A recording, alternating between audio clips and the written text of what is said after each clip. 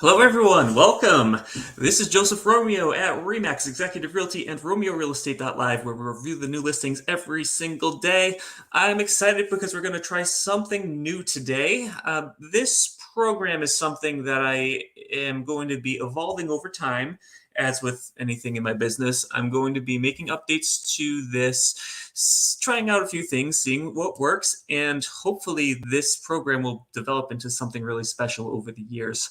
But today I'm going to be experimenting with something new, and I'm going to be bringing someone else from the mortgage industry in to discuss wage growth and inflation data.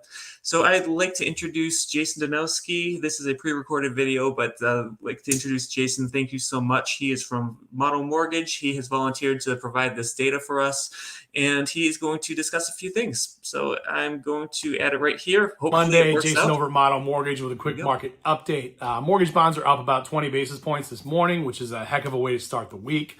Holiday break was actually pretty busy from a news standpoint, and mortgage rates are actually in a little bit better of a place.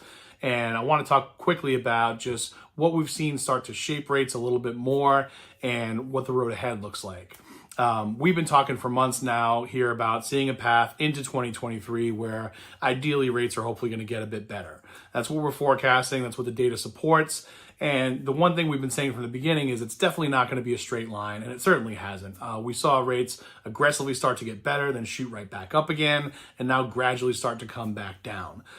We've had a lot of opposing forces between jobs reports, big spending bill, over $1 trillion, and all those things are kind of pulling numbers in different directions. The thing we've seen most recently is, we had a big job report that came in better than expected last week. And the market's initial reaction was bond prices got worse, mortgage rates went up.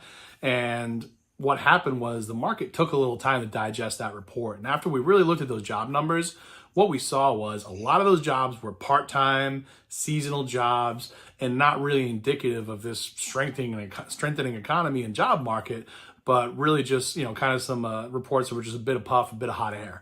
After the market digested that, mortgage bonds came right back up, pricing improved, and kind of recovered that ground pretty quickly. So it's good to see that bond markets are taking a close look at the data and not just going by the headlines and reacting off of those.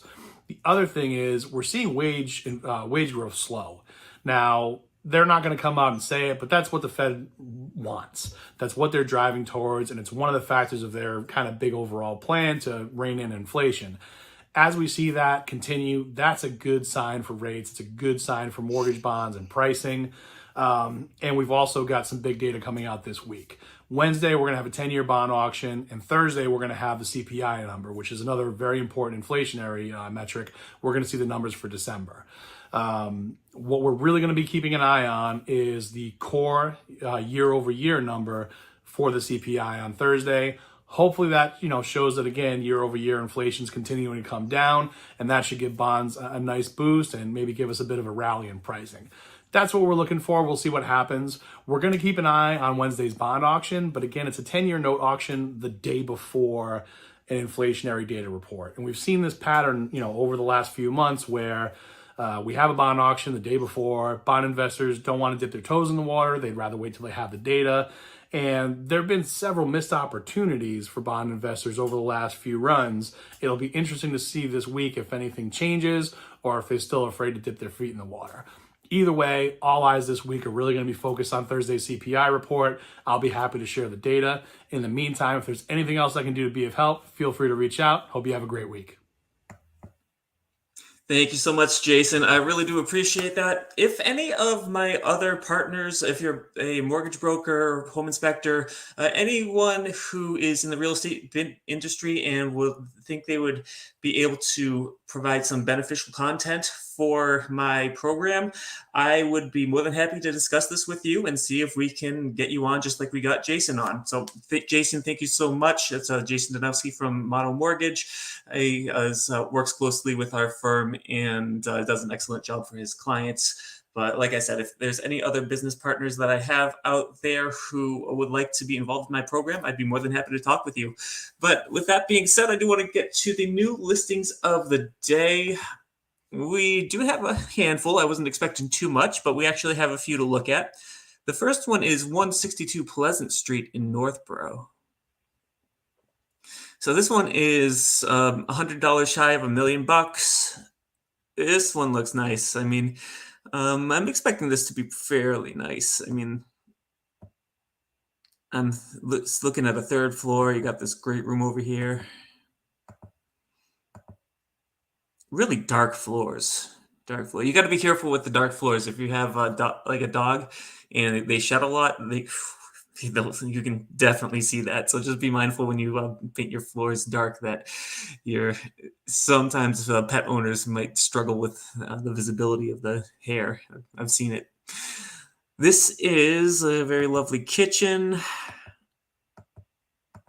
I think it's what I would expect. Ooh, look at that. Goes all the way up to the ceiling. That's some beautiful millwork.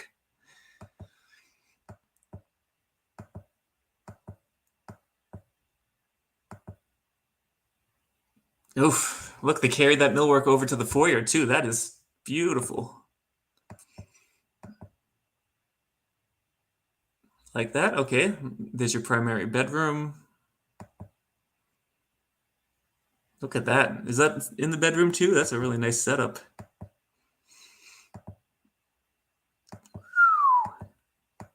Yeah, this one's a good one. And at $1,000,000, I don't think it's bad at all. It's very nice. Just want to get a location on this one before we move on.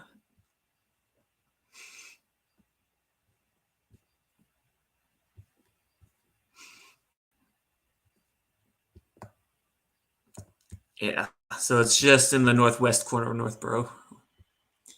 Very nice. The next, we have a couple new construction opportunities. We do kind of breeze through those really quick because there's not much to look at. But here they are. It's two properties in Charlton for about $669 or $749, depending on your customization and the type of building that you choose. We have 480 Whitmore. I'd like to move on to this one because we actually got something to look at. This looks interesting. This being the front of the house, it seems like you got your colonial home, but it's like a raised colonial, which I don't typically see. Very unique. And actually, this property looks awful familiar to me. I need to go check the prior listings because I feel like I've seen this one before. Okay, so this one was listed earlier last year. It's last year now. It was listed earlier last year and it sold in 2018. So there's a good chance that I visited this one in person. But yeah, you got a roof. It's a little bit older. You gotta keep an eye on that. Oh, you know what? This looks so familiar to me. It's driving me nuts.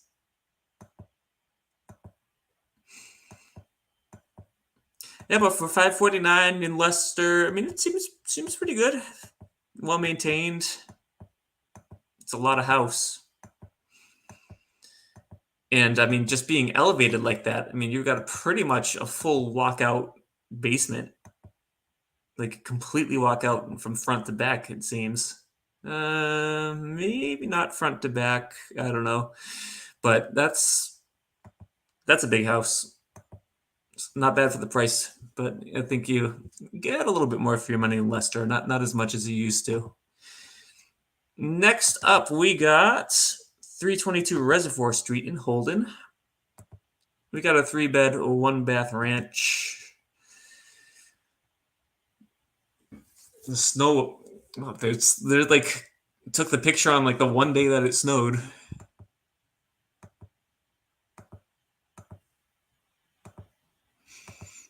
That's vacant, easy to show. Nice enough kitchen, not too big. Hardwood floors. For 400, yeah, seems doable. I mean, Holden. Pay a little bit more for Holden in some cases.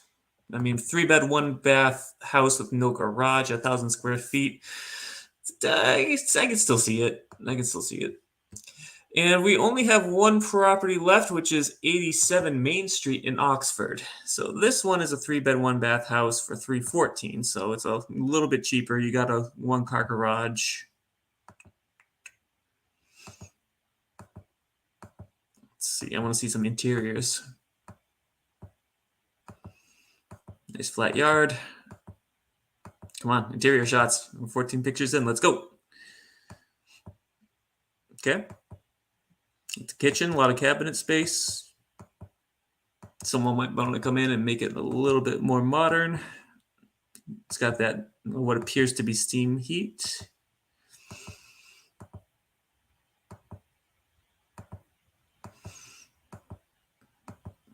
Yeah, but at the $314,900 price point, you're going to get a lot of this. There aren't that many homes that are really fixed up and modern at this price. Basement looks nice and clean, and you got a good boiler there.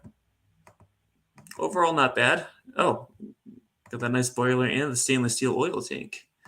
Very nice. But that's going to wrap it up for today. I hope you enjoyed the slightly new format, and I'd like to continue doing similar things in the future. But I'm going to see you tomorrow, just like I am here every single day. I hope you all have a wonderful day. Take care, everyone. Bye.